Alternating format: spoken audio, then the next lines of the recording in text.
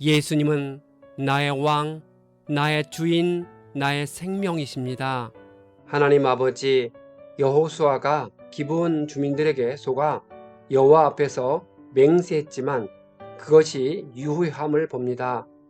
크리스천들이 사람끼리 한 약속을 잘 지켜서 신뢰받을 존재임을 보여줄 수 있도록 인도하여 주옵소서. 예수님의 이름으로 기도합니다. 아멘. 오늘 읽을 말씀은 여호수아 9장부터 12장입니다. 이 말씀의 핵심은 첫째, 여호수아가 기브온 주민들의 말에 속았습니다. 둘째, 여호수아가 아모리의 모든 왕과 땅을 취하고 가나안 북방을 정복했습니다. 셋째, 모세와 여호수아가 각각 정복한 왕과 지역들이 언급됩니다. 9장, 요단 서쪽의 왕들을 비롯한 많은 사람들이 이스라엘과 대적하여 싸우기로 뜻을 모았습니다. 그때 히윗 사람인 기브온 주민들은 여호수아가 여리고성과 아이성에서 행한 일을 듣고 여호수아를 속이기로 결정했습니다. 그들은 가까운 곳에 사는 사람들이었습니다. 기브온에서 이스라엘의 진영이 있는 길갈까지는 걸어서 3일 거리였습니다. 기브온 사람들은 낡은 부대와 헤어지고 터져서 기운 가죽 포도주 부대를 나귀에 싣고 낡아서 기운 신발을 신었으며 낡은 옷을 입고 곰팡이가 난 빵을 준비하여 길갈에 있는 여호수아에게 왔습니다. 옷이 헤어지고 빵에 곰팡이가 날 정도라면 한 달 정도 여행 거리로 볼 수 있습니다.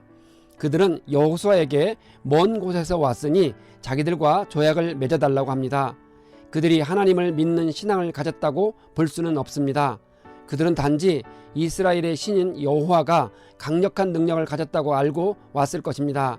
기브온 족속은 눈치 빠른 협상가들이었지만 다른 가나안 족속들처럼 이스라엘과 싸우지 않고 하나님에 대한 두려움을 갖고 협상을 하여 자기 족속의 전멸 유기를 넘겼던 사람들입니다. 여호수아와 지도자들이 그들의 양식을 취하고 여호와께 묻지 않고 조약을 맺었습니다. 이스라엘 사람들은 대제사장의 흉패 안에 있는 우림과 둠림을 통해 하나님께 물었습니다. 우림과 둠림은 대제사장이 국가의 중요한 일에 관해 하나님의 뜻을 물을 때 사용하는 매끈한 돌로 된 한 쌍의 제비 도구였습니다. 대제사장은 우림과 둠림 중 하나를 선택하여 하라 혹은 하지 말라로 하나님의 뜻을 분별했습니다. 여호수아는 기브온 사람들이 속였다는 것을 3일 만에 알았습니다. 기브온 사람들에게 속았다는 사실을 안 백성들이 지도자들을 원망했습니다. 하지만 하나님의 이름으로 맹세했기 때문에 기브온 사람들을 칠 수가 없었습니다. 어떤 이유로든 여호와의 이름을 두고 맹세한 조약을 파기한다면 하나님의 이름이 이방인들에게 멸시되고 여호와의 신실하심이 크게 의심받을 수 있기 때문입니다. 여호수아는 기브온 사람들을 불러서 왜 가까이 살면서 멀리서 왔다고 속였는지를 묻습니다. 그리고 자신들을 속였기 때문에 영원히 이스라엘의 종이 될 것이라 합니다.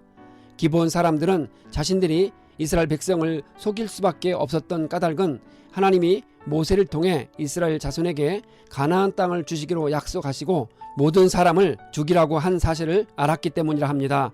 그들이 속일 수밖에 없었던 것은 자기들이 죽을까 두려워했기 때문이라 합니다. 여호수아와 지도자들은 기브온 족속을 이스라엘의 종으로 삼았습니다. 그들은 여호와의 이름으로 한 맹세를 지키길 바라면서도 그들이 거짓말을 했기 때문에 책임을 물어 성막에서 나무를 패고 물깃는 자로 삼았습니다. 훗날 사울 왕은 이들과 조약을 깨뜨리고 기브온 족속을 죽였습니다. 이 일로 하나님의 진노를 받아 다윗 시대에 3년간 기근이 있었고 사울 왕의 후손들이 처형당했습니다. 10장, 예루살렘 왕 아도니세덱이 여호수아가 여리고성과 아이성을 진멸하고 큰 성읍을 가진 기브온 사람들이 이스라엘에게 항복한 사실을 듣고 크게 두려워했습니다. 아도니세덱은 여러 왕들과 뜻을 모아 기브온을 치려고 연합했습니다. 기브온 사람들이 길갈 진영으로 사람을 보내 여호수아에게 이 사실을 알렸습니다. 여호수아는 모든 군사와 함께 길갈에서 올라갔습니다. 하나님은 여호수아에게 그들을 그의 손에 넘겨줄 것이니 두려워하지 말라고 했습니다. 여호수아가 모든 군사와 더불어 길갈을 출발하여 밤새도록 올라갔습니다. 하나님이 그들을 이스라엘 앞에서 물리치시기 위해 하늘에서 큰 우박덩이를 내리시니 칼에 죽은 자보다 우박에 죽은 자가 더 많았습니다. 여호수아는 싸움을 하다가 태양과 달을 향해 명령을 하여 실제로 태양과 달이 멈췄습니다. 이 내용은 야살의 책에 기록되어 있습니다. 여호수아는 연합한 5 왕들을 모두 붙잡아 처치했습니다. 여호수아와 이스라엘 백성들은 하나님의 명령에 따라 여자와 어린이들뿐만 아니라 심지어 가축까지도 모두 죽였습니다. 그 당시 가나안 땅의 종교와 문화는 극도로 타락했기 때문일 것이라 생각합니다.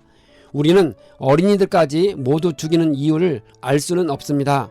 하지만 우리는 하나님의 방법이 언제나 옳고 우리가 미처 알지 못하는 뜻이 숨어 있다는 점을 인정합니다. 하나님이 이스라엘 위에 싸우셨으므로 여호수아가 모든 왕들과 땅을 단번에 빼앗았습니다. 여호수아는 기본 전투에서 아모리 족속의 연합군을 물리치고 5 왕을 물리치고 가나안 남부의 여러 성읍을 차례로 정복해 갔습니다.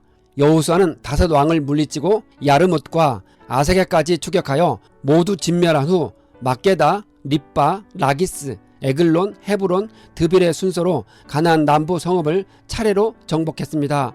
그 후 여호수아는 길갈 진영으로 돌아왔습니다. 길갈 진영은 요단강 언덕에서 8km 정도 떨어진 지역으로 이스라엘 백성이 최초로 진을 친 수경지로서 이후 가나안 정복 전쟁을 치르는 교두부가 되었습니다. 11장 가나안 북방 지역을 취한 내용이 기록되어 있습니다.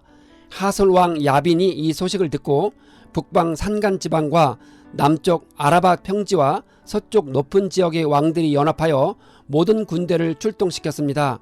그 군인의 수요가 마치 바닷가의 모래와 같이 많았습니다. 그들이 이스라엘과 싸우려고 진을 쳤습니다. 하나님은 여호수아에게 내일 이맘때에 이스라엘 앞에서 그들을 모두 죽일 것이니 두려워하지 말라고 합니다. 주님께서 모세에게 명하신 대로 여호수아에게 명하였고 여호수아는 그대로 실행했습니다. 여호수아는 주님께서 모세에게 명하신 것 가운데서 실행하지 않고 남겨둔 것은 하나도 없었습니다. 여호수아는 산간지방과 네겝지방과 고센 땅과 아라바와 이스라엘 산지와 평지를 다 점령했습니다. 그는 세일로 올라가 모든 왕들을 진멸했습니다. 기본 주민을 제외하고 이스라엘과 화친한 사람들은 하나도 없었습니다. 이스라엘 자손의 땅에는 아낙 사람들이 하나도 남지 아니하였고 가사와 가드와 아스도데만 남았다고 기록되어 있습니다. 그 땅에 전쟁이 그쳤습니다. 여기서 주목할 것은 이 작은 땅들에서 치욕적인 사건이 발생했다는 것입니다. 나실인 삼손이 가사에 가서 기생을 만나 처참해졌고 가드 사람 골리앗이 이스라엘 하나님을 멸시하였고 여호와의 언약궤가 탈취당해 아스돗에 있는 다곤 신전에 옮겨지는 수치를 당하게 되었습니다. 12장 이스라엘 자손이 요단 동쪽을 점령하고 헤스본에 사는 아모리 사람의 왕 시온을 물리쳤습니다. 시온은 아르논 골짜기에서 암몬 자손의 경계인 야복강까지 다스렸습니다. 그는 또 아라바 동쪽에서 비스가 산 기슭까지 다스렸습니다. 또 하나는 바산 왕인 옥입니다. 그는 헤르몬 산에서부터 헤스본 왕 시온이 다스리는 땅의 경계선까지 다스렸습니다. 이 2 왕은 모세와 이스라엘 백성이 물리친 사람들입니다. 모세는 그들에게 빼앗은 땅을 르벤 지파와 갓 지파와 므낫세 반 지파에게 주어 소유로 삼게 했습니다. 여호수아와 이스라엘 자손이 요단강 동쪽에 있는 서쪽 레바논 골짜기부터 한락산까지 모든 왕을 물리쳤습니다. 여호수아가 이스라엘 모든 지파들에게 그 땅을 나누어 주어 가지게 했습니다. 여호수아는 산지와 평지와 아라바와 경사지와 광야와 헷 족속과 아모리 족속과 가나안 족속과 브리스 족속과 히위 족속과 여부스 족속의 땅을 다스리는 31명의 왕을 모두 물리쳤습니다. 하나님께서 여호수아를 통해 그 땅을 다스리는 왕들을 모두 진멸한 것은 그 땅의 주인이 하나님이심을 말씀하시는 것입니다. 하나님께서 천지를 창조하셨으니 모든 땅의 주인이십니다.